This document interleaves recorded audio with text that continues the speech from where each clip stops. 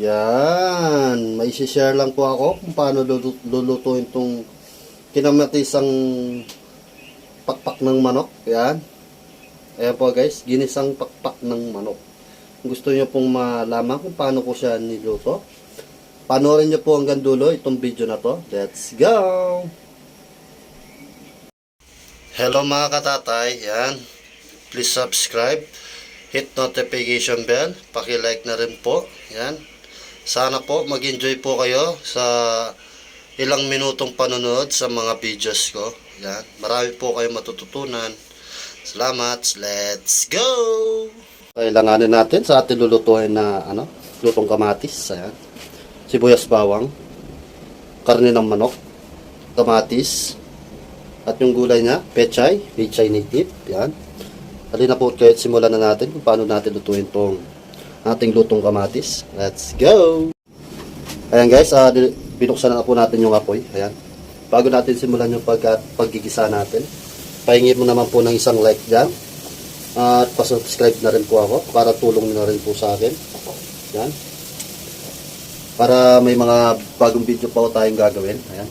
Pinapainit na lang po natin itong ating lutuan. Ayan. Bubuhusan na po natin ng mantika. Ayan. Ordinaryo lang po yung gamit natin. Ha? Ayan.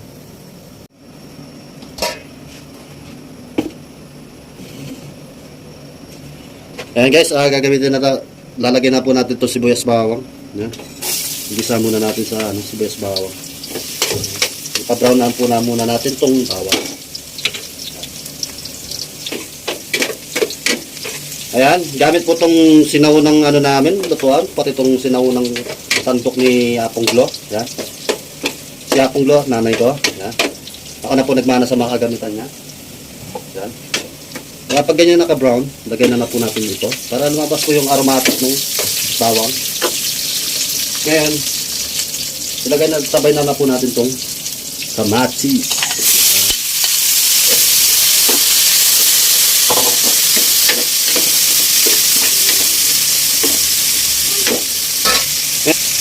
Ngayon po, ang gagawin natin dyan sa kamatis, hintayin po natin siya magkulay-pula yung mantika na ginisa para bago natin ilagay yung manok. Okay na. Okay?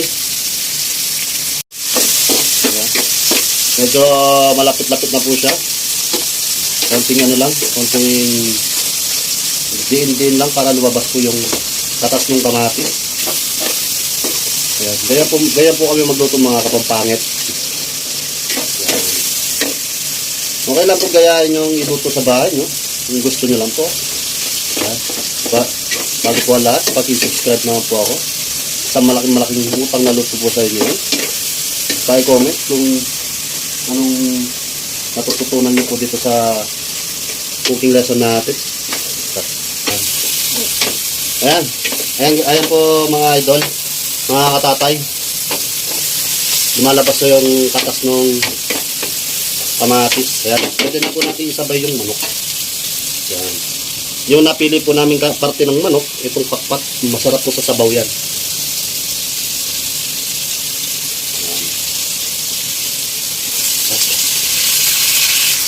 Yan.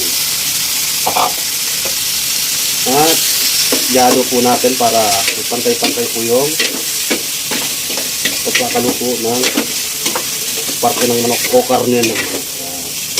Yan po yung masarap sa pagsabaw. Sa tinola, adobo.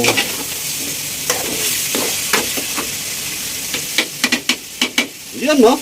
Yun ang paampas-ampas, yun ang papasat din eh. Ayan, tapos lagyan po natin siya ng patis. Ayan. Kalahating sandok na patis. Ayan. Pandagdag aromatic sa sabaw. Ayan.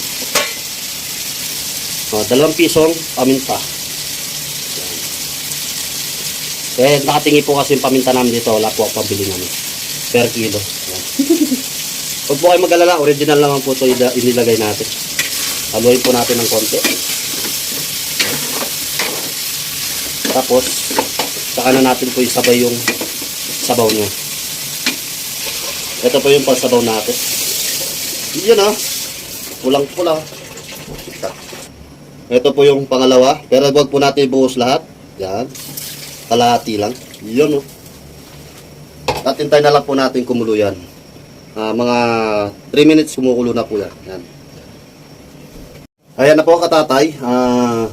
Kumukulo na po itong ating ginisang lutong kamatis. Yan. Ilagay na po natin yung mga pampalasa niya. Yan. Inaayos ko lang po yung camera. Yan. Pinapokus ko lang po. Ayan. Yan, nakapokus na. Lagyan na natin po yung mga pampalasa. Yan. Kalahati lang guys ha, huwag marami. Kasi nakakalbo yung yung mga pampalasa na yan. Kaya di po ako nakakalbo eh. Kusa na lang po ako nagpapakalbo. Yan, eto. Lagyan na lang po natin ng asin dahil iginisa na lang po natin siya sa patis. Yan, konting asin lang po ilalagay natin. Kinamay ko na. Tapos, imekos-mekos natin. Yan. Yan na, minekos-mekos na. Yan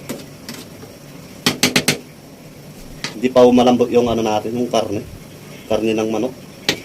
Maya-maya na po natin ilagay itong natin, itong ating pechay. Yan. Tabi muna natin yung mga pinagkamitan. Yan, balikan po natin ulit. Ayan po, ilalagay na natin itong mga gulay ng natin, lutong kamatis. Yung pechay native.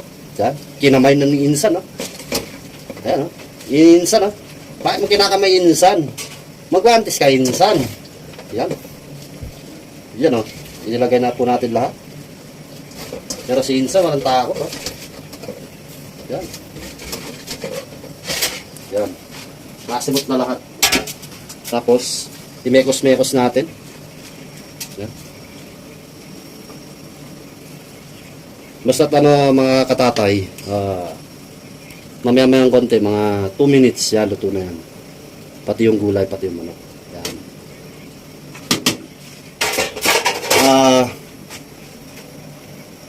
Pwede po makahingi ng isang subscribe naman dyan. At paki-like. Mag-comment na rin kung tama ba po yung pinaggagawa natin. I-mekos-mekos na natin yung ating nilutong kamatis. Yan guys, maraming salamat po sa inyong panonood. And goodbye and thank you mga katatay ko. A few moments later. Kasarap po. Yan guys, luto na po yung ating sinabawan sa kamatis. Ayan. Sana po may natutunan kayo. Bye bye mga katatay ko.